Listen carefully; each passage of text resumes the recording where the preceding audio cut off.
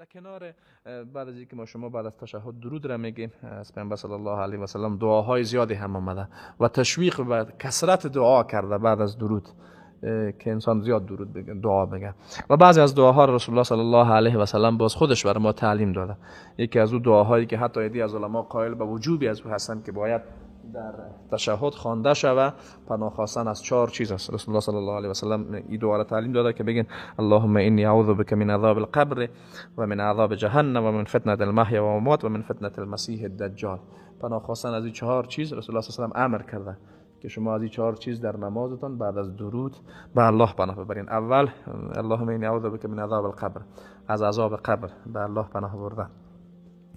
تفصیل عذاب قبر بین علما اختلاف است که نفهم جسمی است و روحی است یا چی رقم است. رأی راجع اهل سنت است که هم جسمی است و هم روحی.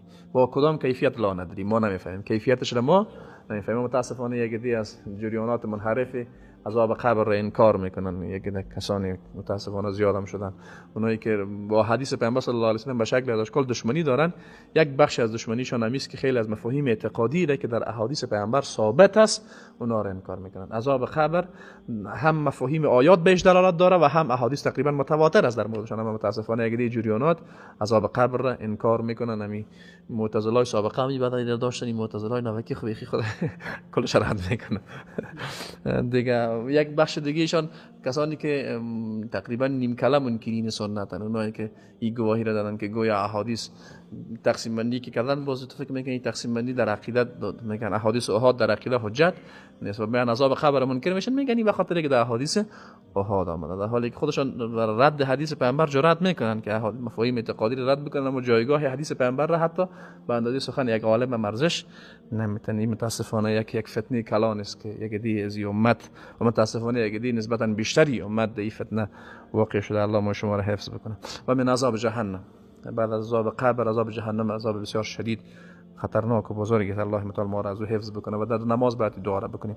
و از فتنه زنده ها و مرده ها و فتنه المحیا و الممات، شما میبینیم حالا شما خوب درک میکنیم یک دی مرده ها که مردن تا حالا بر مردم فتنه قرار میگیرن، میبینید به یک شکل اشکال تا حد عبادت اینها رو چی میکنن، تعظیم میکنن. گاهی وقتا فکر میکنن این فتنه مرده ها چه رقمی باشه دیگه. حالا در جامعه خود ما شما میبینید مرده ها رفتن پشت کارش خوب بود خراب بود رفتن، حالا برای یک دی چی شدن، فتنه شدن. اینا را در حد تعظیم بزرگ داشت میکنن که یک اله جور کردن. و امور رقم زنده ها اما مصیبت ها هر از ببینید یک نفر در حد یک عالم از ببینید یک فتنه عجیب غریب میاد، نفهم نامش میمونه که کانه اندیشی و نه اندیشی یک چتیات عجیب غریبی را میگه. فتنه بسیار کلانی که عقیده را بخی نقض میکنه.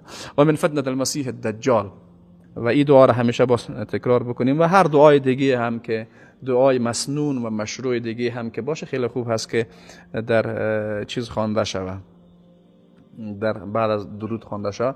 و پیامبر سیستم در یک دعای دیگه واسه کمی چیزهایی را در این دعای اضافه هم کرده که میگه اللهم انی اعوذ بک من عذاب القبر و اعوذ بک من فتنه المسیح الدجال و اعوذ بک من فتنه المحیا و الممات و اللهم انی اعوذ بک من المأثم والمغرم. مأثم و مغرم از زیان گناهان، از زیان گناهان آشکارا و پنهانا و تو پناه میبریم. یعنی در بعضی از روایات این دو کلمه هم اضافه شده در همون دعایی که در اول